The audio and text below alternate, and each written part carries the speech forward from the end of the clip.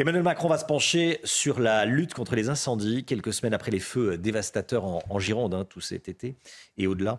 Le président de la République va réunir les acteurs de la sécurité civile à l'Élysée pour trouver un nouveau modèle de prévention. Oui, alors comment mieux appréhender les feux de forêt? Élément de réponse dans ce reportage à Somos en Gironde avec Antoine Estève et Jérôme Rampenou.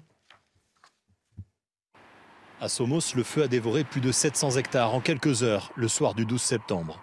Jean a eu très peur pour sa maison en lisière de forêt. Les moyens de lutte déployés de l'autre côté du village n'ont pas permis de ralentir les flammes. Mes enfants ont sauvé la maison sur les coups de minuit parce que le feu est arrivé là.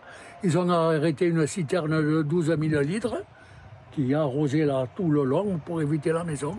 Alors que faire pour améliorer la lutte contre le feu ?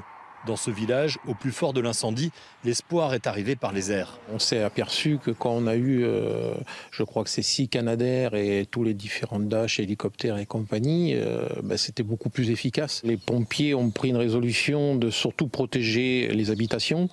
La forêt passe en secondaire. Dans cette région, les forêts sont souvent inaccessibles aux engins de pompiers.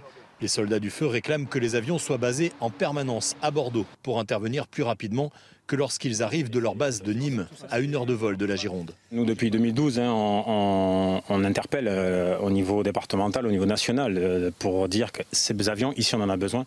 On a une forêt qui est très étendue. Les avions et les hélicoptères permettent justement d'attaquer le feu quelques minutes seulement après l'alerte. Les moyens terrestres, le temps qu'ils arrivent, on ne peut pas aller plus vite que ce que l'on fait aujourd'hui.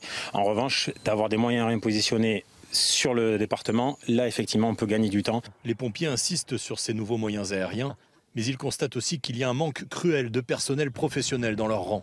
En France, près de 80% des soldats du feu sont des pompiers volontaires. Voilà les feux de forêt, comment s'y préparer.